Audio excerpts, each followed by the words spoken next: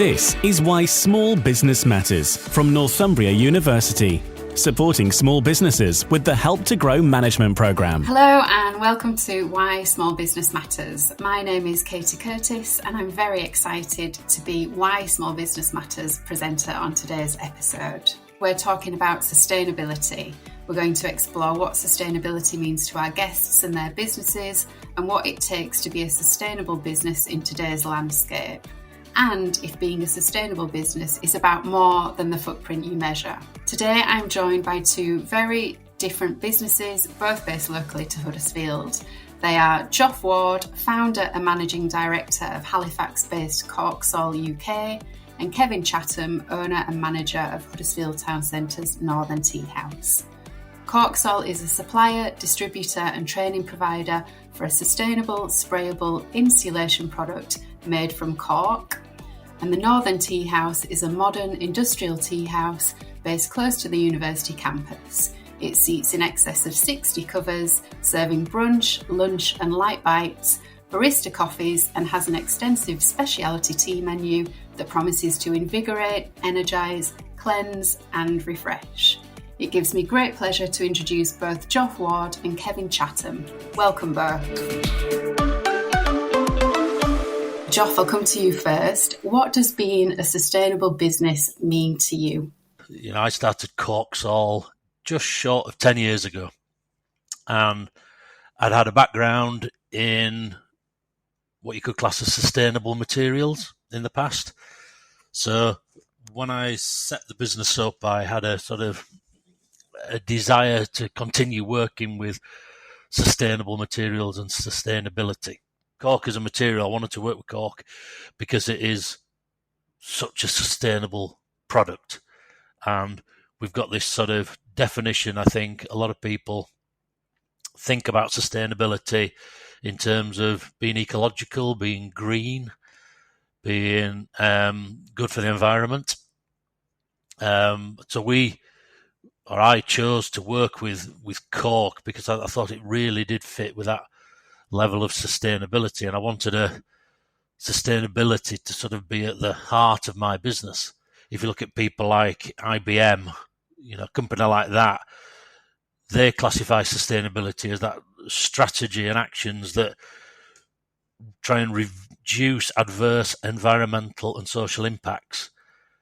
Whereas with my sort of small business mentality, I'd sort of quite often come back to a more traditional definition of sustainability. So that being, being able to sort of maintain something at a certain level or to uphold and defend something. And as small businesses, I think we're always trying to uphold things. We're definitely trying to defend things, whether it's, our position in the market or whether it's defending against competitors. And I think the shift I had was in 2017, so I set up in 2014, 3 years of trying to introduce this amazing sustainable cork material. But what I didn't focus on or what I didn't think about was how sustainable my business was or how sustainable my business model was. And in 2017, at the point of giving up and packing in and walking away from this, I decided to bring some other people into the business to look at how we could make my little business to be more sustainable in itself. So we definitely sort of knew we had a sustainable material. We knew we had a sustainable product. We knew we had a fantastic thing we could bring to the sort of UK construction market. But what we'd failed to do in the first 3 years, or I'd failed to do in the first 3 years, was to create sustainability within my business. And that absolutely was a massive risk, and it put the whole business in jeopardy. And as I say, in 2017, late 2016, I'd kind of decided that was it. I was going to walk away. So considering how sustainable we are as companies, I think is vital and something that, I'm fortunate enough to work with Cork. So I think I've got sort of two strands of sustainability sort of weaving nicely to create a business and to have allowed us to grow from me in a garage in a spare bedroom up to 10 of us in a very nice office in a mill in Halifax now. So, I think it's looking at more than just one definition of sustainability as a small business to sort of create that platform for us. The sustainable element of what your business does, but then there's the fact that your business has to be sustainable just to exist. And Kevin, same question to you. What does it mean to be sustainable? Similar lines where Josh has been coming from, really. Although our business is not in the business of sustainability. We're a modern teahouse in Huddersfield. So we're in the business of hospitality. However, you can engineer these things into your business. We look at three areas. As Joff said, most people look at the environment and the planet, but we're looking at people, product, and planet. And fundamentally, the best bit of advice I would give to anybody starting out is, first and foremost, you're running a business, and that has to be sustainable. Because if it isn't, you will not be able to do any of the other things that you're wanting to do. So make sure that you've got a good ecosystem within your business, and I guess you've got customers returning, you've got good staff welfare, good supply chains, and then other things will feed in. But it's easy to get small wins in, even if you're a little business. For example, we think about staffing and having good staff retention, which is usually pretty horrendous in hospitality. Actually, the staffing don't get checked very well. But one of the examples I could give you is we don't deal with 0-hour contracts. So staff get set contracts on set days every week. They know exactly what they're working. They can have a good work-life balance. They know what salaries to expect, and they can live around that. So our store manager's been with us since we opened almost 9 years ago. We've got 2 kitchen managers that have been with us around 7 years. And this helps feed a little ecosystem within your business. We don't use soy, for example, because of deforestation.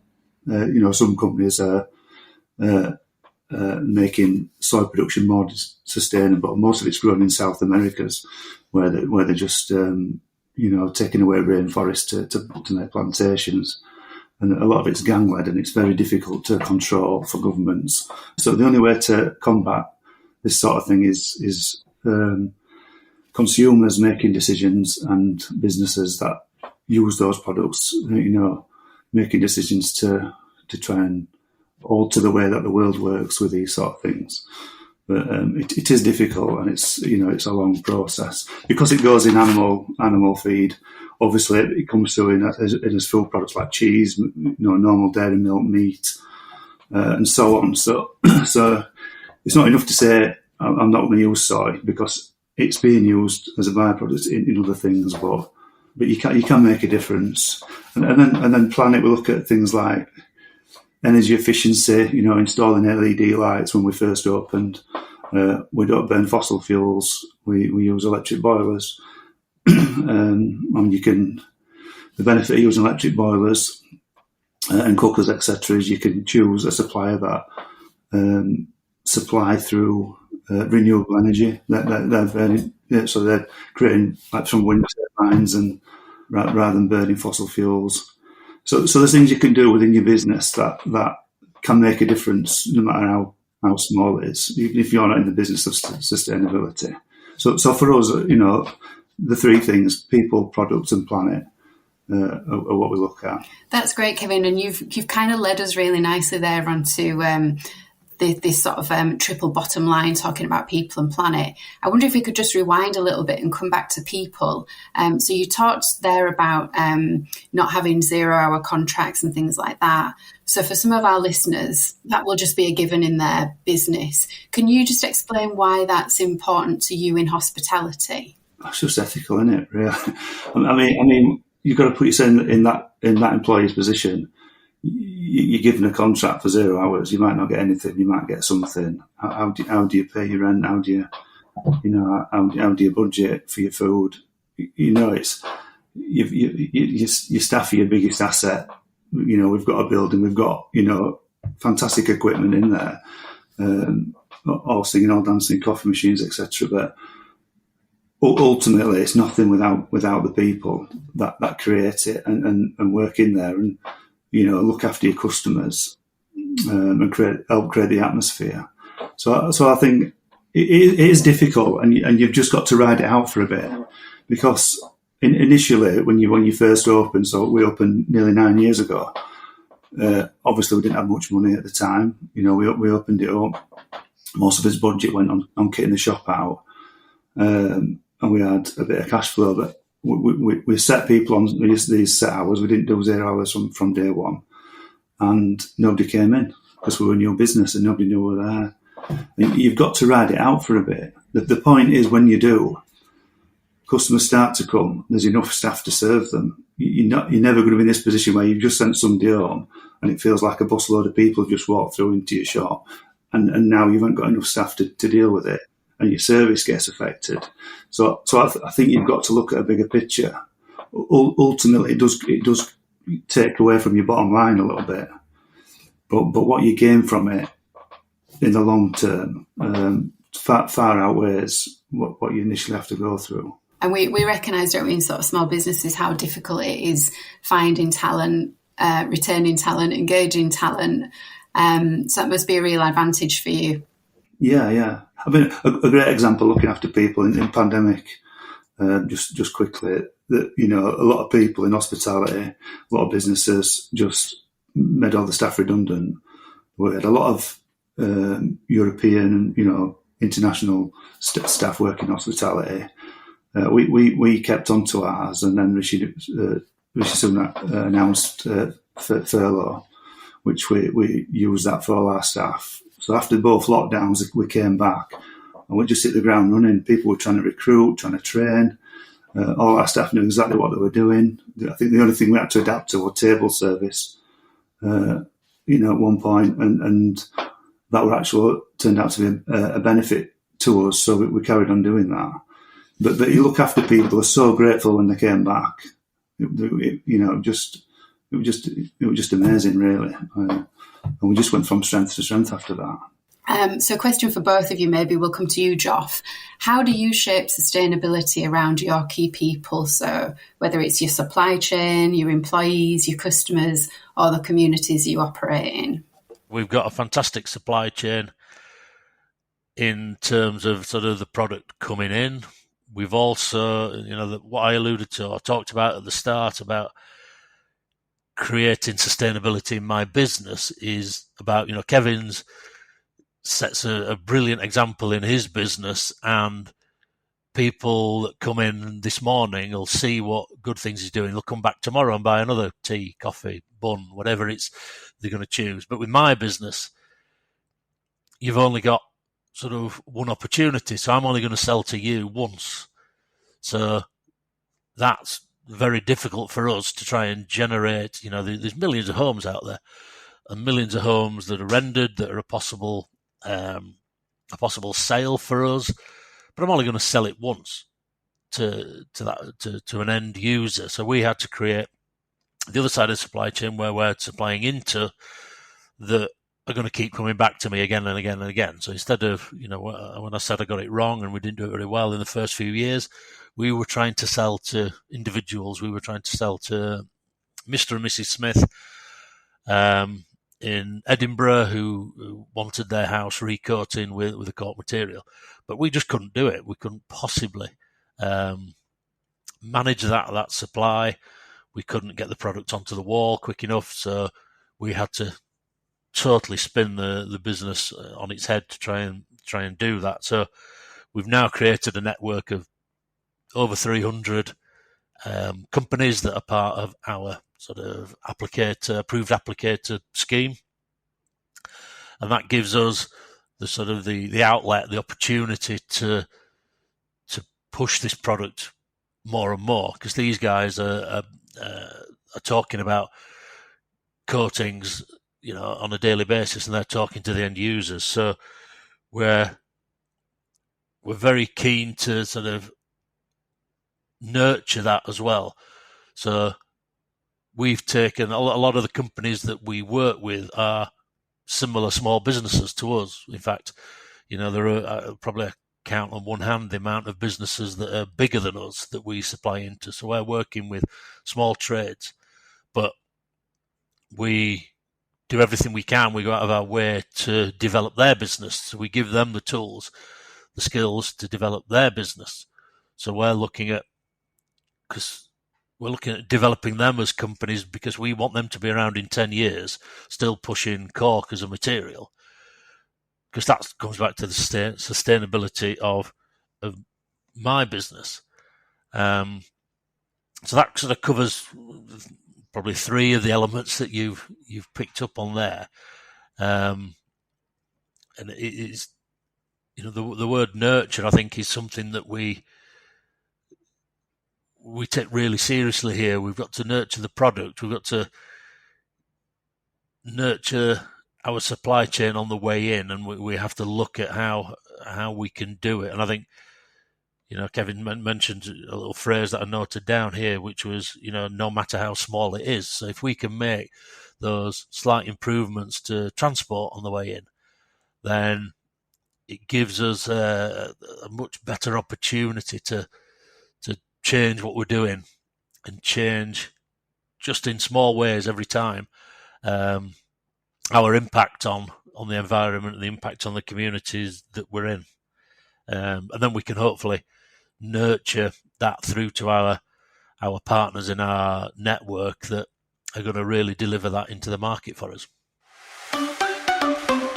You're listening to Why Small Business Matters. Find out how Northumbria University can help your business thrive through the Help to Grow management programme, delivered by leading small business and enterprise experts from Northumbria University, with the support of leading figures from industry and experienced entrepreneurs. The programme supports senior managers of small and medium-sized businesses to boost their business's performance, resilience and long-term growth. The 12-week programme is 90% funded by the government, and the fee payable by participants is £750 and has been designed to allow participants to complete it alongside full-time work. The in-depth, high-quality curriculum supports you to build your capabilities in leadership, innovation, digital adoption, employee engagement, marketing, responsible business and financial management.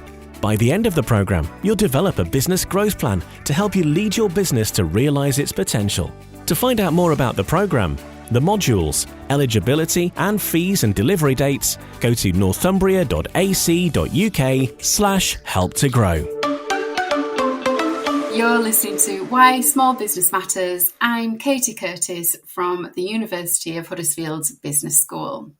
Today, my guests are Joff Ward, founder and managing director of CorkSol UK, and Kevin Chatham, owner and manager of the Northern Teahouse. How do you educate your customers on these things so that they realise the good work that you do? For us, to be honest, we don't educate as customers. We probably should, in all honesty. In my opinion, it's an ever-growing shift towards sustainability and environment particularly. And it does seem rather slow at times. But if I look back 9 years to when we started, we have actually come a long way. 9 years ago when we were setting business up, sustainability wasn't on my radar. It was setting a business up. It was, can we make it profitable? Is it going to work? And all my energy went into that. Initially, it was an email from a customer that got me onto this path of, trying to do better. And it were about plastic straws. And we were using plastic straws in the town. She got a cold takeout drink, and we popped it in a cup with a plastic straw, and she was mortified. She didn't say anything to us at the time. She left. She seemed happy. And then we got an email, and I know exactly what it was. It's strange how you can work these things out. But immediately we went online, tried to find better supplier, and we found a cornstarch product at the time, so that can be composted. It looks like plastic. It does the same sort of job as plastic, but it will compost down. It will break down, but they only break down if you put it in a composter, you shred it up, put it in a composter with other natural material, and it will biodegrade. If you just drop it in the street, or if you put it in the sea, it will just float away. You know, it won't break down. So there's got to be a process with all these things. A lot of people like to jump on bandwagons, but it's got to be sustainable. You know, it's no point putting something in place if it doesn't actually make anything better.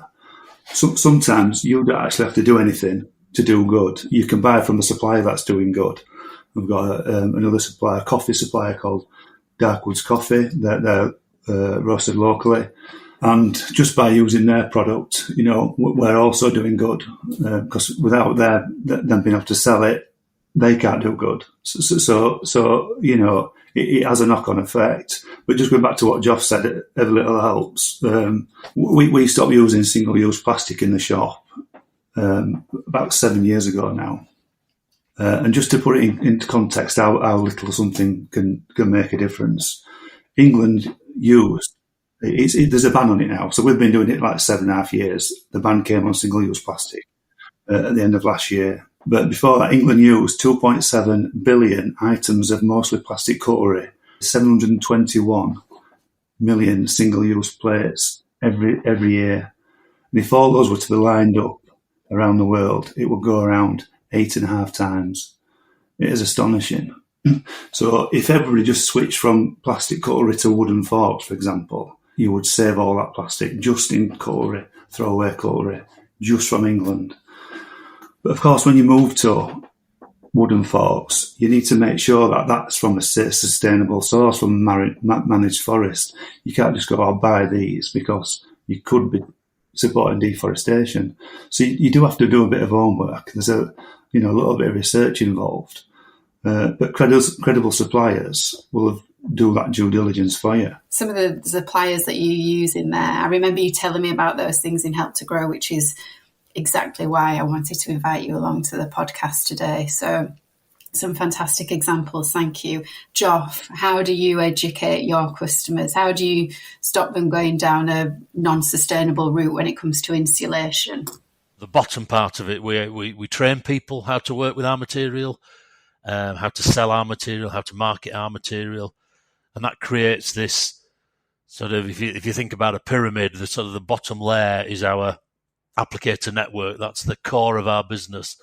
But the first thing we really invested in when we were able to was in marketing, because we were more than aware that without putting the right messages out to people, putting the right information out there, nobody was going to ever have heard of CorkSol. Nobody was going to ever understand why we would need to put cork onto buildings for whatever reason. So the marketing is the sort of the second biggest, as we go up the pyramid. It's the second biggest layer that it's the biggest department we've got in our company. There's an awful lot of resource goes into it every year. And that's allowed us to sort of build and build. So we got the bottom layer in, we've got the marketing layer in. That helped us to develop the business. As soon as we were able, we invested in sales. So we brought a sales manager into the business. And then at the top, we have a sort of small management team. But it's the sort of going back to my idea of sustainably building a business. It's getting those layers in place that without the applicator network at the bottom, we wouldn't have a business, we wouldn't have anybody to sell to, particularly. The marketing side of things and the education side of things is critical to our business, and a lot of the information, a lot of the work we do is around, of course, it is around the sustainability of cork, of what an amazing material it is. And that's a message that we know a lot of our customers, or the end user customers, love hearing about.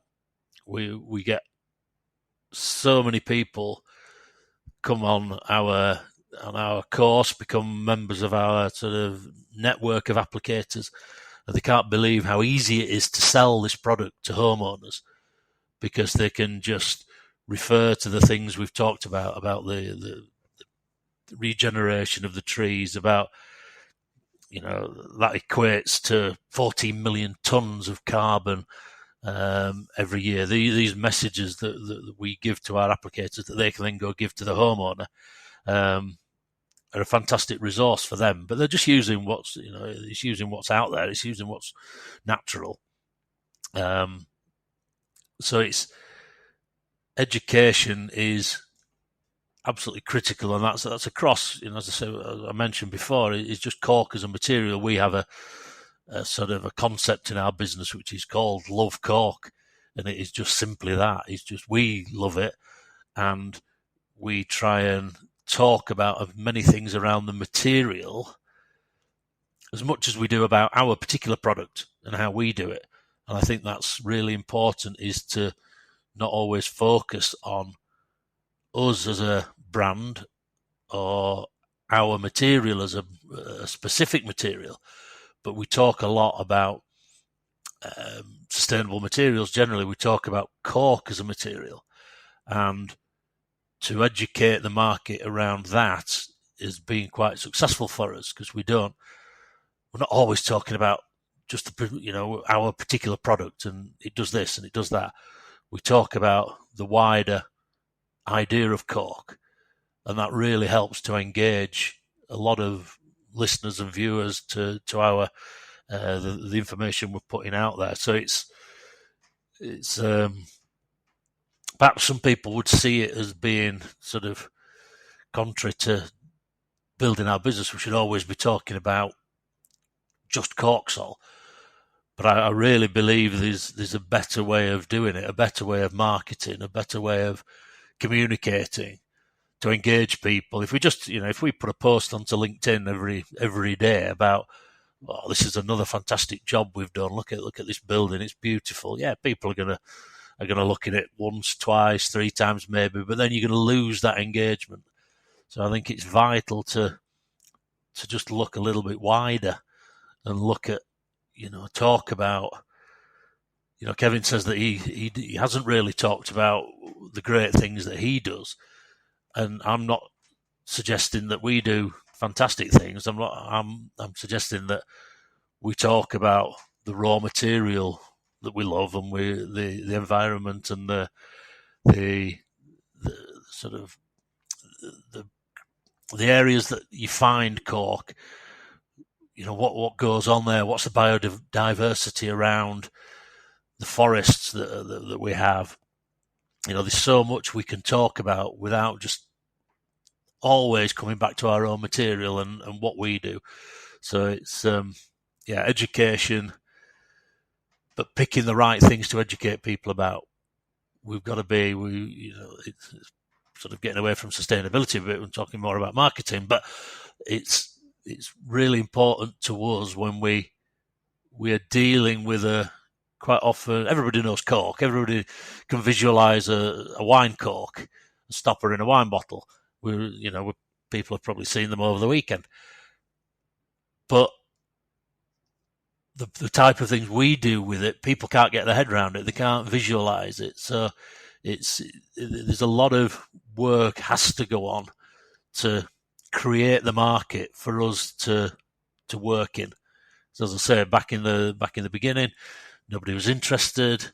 We're a very traditional country, aren't we? Sort of conservative, small c, about how we do things, and the construction industry is even more so.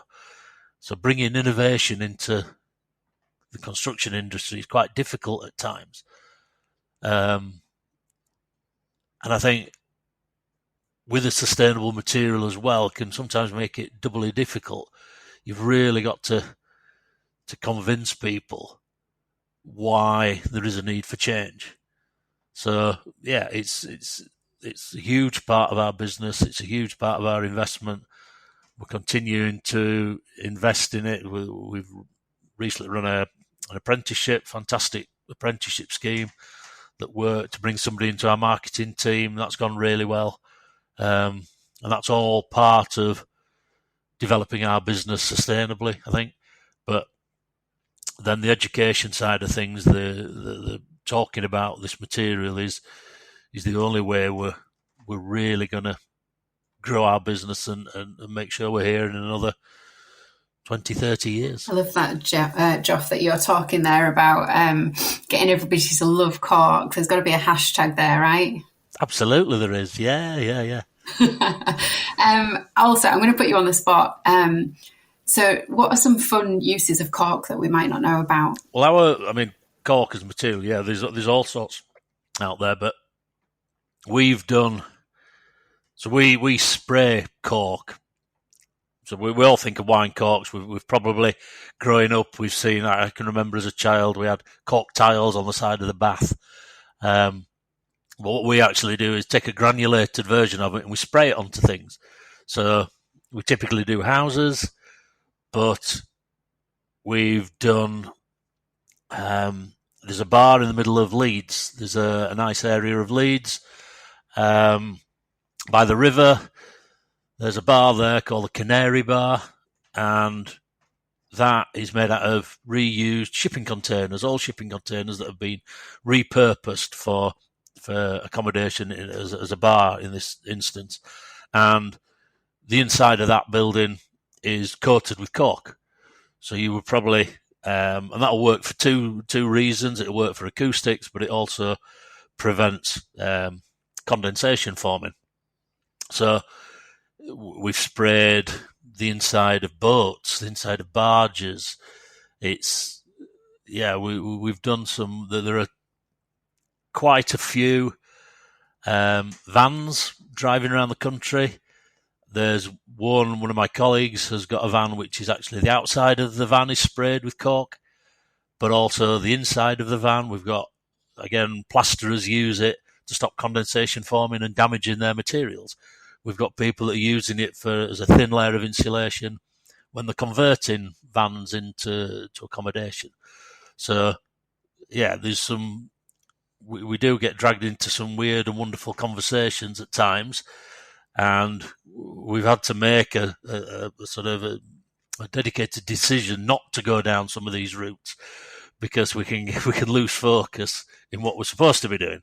But yeah, there's various things out there that, you might see if you're in the West Yorkshire region. You might see a grey van driving around which is covered in our material. And if you ever get yourself into Leeds, go and have a drink in the Canary Bar and tell us what you think about it. Kevin, you were also talking there about, I think you said something like, you don't want to sort of jump on the bandwagon. It kind of got me thinking about, so there's lots of mainstream measures out there, aren't there? So we've got things like the UN's 17 Sustainable Development Goals. We've got net zero targets. We've got ESG frameworks, so environmental, social and governance frameworks. It feels like a bit of a minefield and potentially quite an expensive one for small businesses. So, Kevin, you were saying, when you started your business, you just wanted to get going with a business, and sustainability, that's something that came afterwards. I want to know what motivates you both to be sustainable. Is it objectives like the ones I've just mentioned, or is it something else? So, Kevin, what motivates you to be sustainable? I think it comes from various angles. Customers motivate me, staff have made suggestions, like I've said before. Everybody could always do more. We do quite a lot, and they're all a lot of small things. A lot of small things I don't. None of them are groundbreaking. I'm not reinventing a wheel. Josh is coming up with a brand new concept, and that's admirable. I'm just piggybacking off what's already out there, really. And so I just want to feel that I care what people think as well. I care that people see that we're doing good, and I say that, and then we don't advertise the fact that we try and do good. But I'm not in it for a pat on the back, really. I just want to have a good night's sleep and and feel like I've contributed to something rather than just take an ecosystem in your business, in the planet, in your staff, in your supply chain. Each one's equally as important. If you burn out one resource, then everything falls to bits, doesn't it? Really. As a business, I think in our business model, we've got to get 10 things right to be successful. And if you get one of those things wrong, you will fail, basically, or you will really struggle if you don't fail, and it won't be worth operating. And each one of those things effectively affects your bottom line. And so I'll give you a couple of examples. One could be location of your premises. People are creatures of habit. They'll walk a little bit. They won't walk miles out of the way. You've got to be convenient. You might have to pay higher rent. But most people think, it's a bit risky. That'll go for a lower rent. And so sometimes you've got to be brave and pick something. But we have a lot of footfall.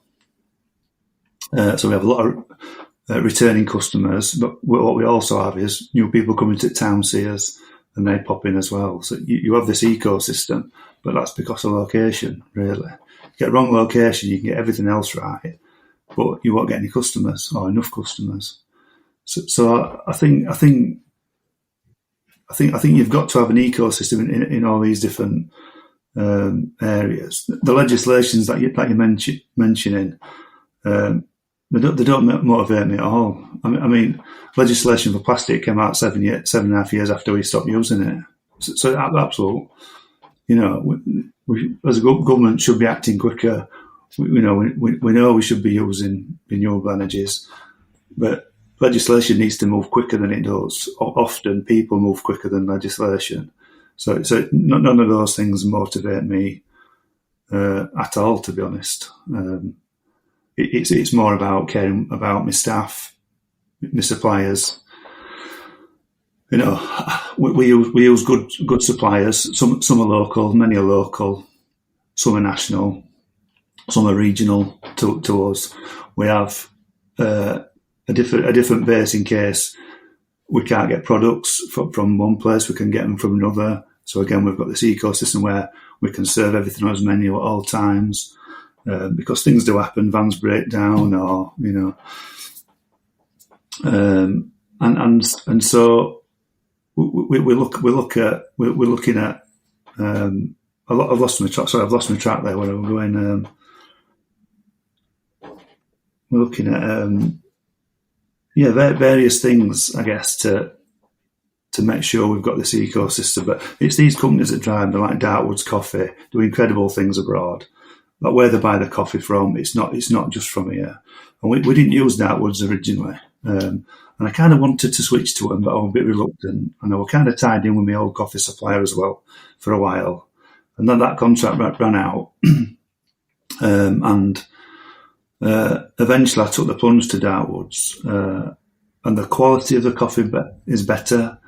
The work that they do abroad. So this year they're going to donate money to a scheme which is going to build like a community centre for local people to use and gather in. It'll also double up as a shelter for women and children that are fleeing like abuse and violence. This is in the South Americas. It can be quite violent where coffee is involved. There's a lot of gangs involved, or can be. So that they carefully choose where they grow, who they use, the supply chain. I've heard that. Well, I've spoke to one of the directors there who mentioned that I think it was last year, they donated money towards soil improvement. I think they had a particularly bad crop due to weather. I think too much water or whatever, and they donated money towards soil improvement, I believe. So they do a lot of good things, and what they're doing there is they're looking after their supply chain. Their growers, producers are getting looked after. They're getting remuneration for what they do, and they can live off that money. And I think I believe the deal with female growers as well. because again, it was a very male-led industry. So they're breaking ground really with their work, with what they're doing, and so just by us using those, we're doing good. Like, we're helping them to do good. We're helping them, producers, growers, and we're not having to actually do anything. We literally just buy the coffee, and then our customers are doing good because we're doing good, and the Dartwoods are doing good, and so on. So, but it does have to start somewhere. Somebody has to make a change and be brave about it, because it's more expensive coffee to buy. It costs us more to buy. It costs them more to buy. And ultimately, it's having this ecosystem that works for everybody, and then you get some length out of it, and it's got to be a long-term thing. Yeah, it's a good company to mention. They're locally based also and do some great work in our community too. I did just want to put the same question to Joff as well about what motivates him, if I can. Very much agree with what Kevin said. A lot of these, the UN's 17 Sustainable Development Goals, they make for fantastic headlines, great on the news, great in the newspapers, but do they actually motivate small businesses? I think they're there for, targeted at big business for big wins, and we're not in there. We're not in that business at all. I think, a lot of the things that might be contained within the UN's goals are probably contained within all our businesses. I think there's a lot of it's already there. So I don't think a lot of the work that government or the Quangos are doing are actually going to motivate us beyond what we're already doing. We're small businesses set up for a lot of the reasons we've talked about today, that government should be going much further to work with us and to identify what we're doing as small businesses. I don't want to steal Kevin's thunder because it was a previous conversation we'd had, but there's something like 5.5 million SMEs in this country. Small businesses that are doing the kind of things that Kevin's doing, the kind of things that we're fortunate enough to be able to do. So government should be working with us to find out what we're doing, to try and develop how we do it and try and educate people around that, rather than coming out with these grand statements and grand targets, which ultimately are going to cost a fortune to try and achieve. I think a lot of it is already there. It's already being done. And if more small businesses can adopt a few of the things that, we've talked about today, that Kevin's talked about, across, we're across two very different business areas, sort of hospitality and construction, but a lot of the themes are very similar. It doesn't really change just because we're in construction. It's taking those small steps that we've already sort of incorporated, but can we do a little bit more, and can more small businesses try and pick up on a few of these things? And I think if we get, it's the sort of some of the parts being great in the whole. If we can all do these small things, we'll have a bigger impact on our communities and on the environment than if we're just following some of the government's grandiose statements or things that are put out there. I really do think that, we're a sort of little army a pretty big army really, of small businesses, and if we all pull in the same direction, we all mobilise together, then there'll be a massive effect. Yeah, collective power. Thanks, Kevin. Thank you, Joff. Thank you to today's guests, Joff Ward and Kevin Chatham. Don't forget to check out the previous episodes of the podcast series over the last 3 years. And at Huddersfield Business School, we offer various apprenticeship programmes to support growing your people and business. Thank you for listening, and we will see you next time on Why Small Business Matters.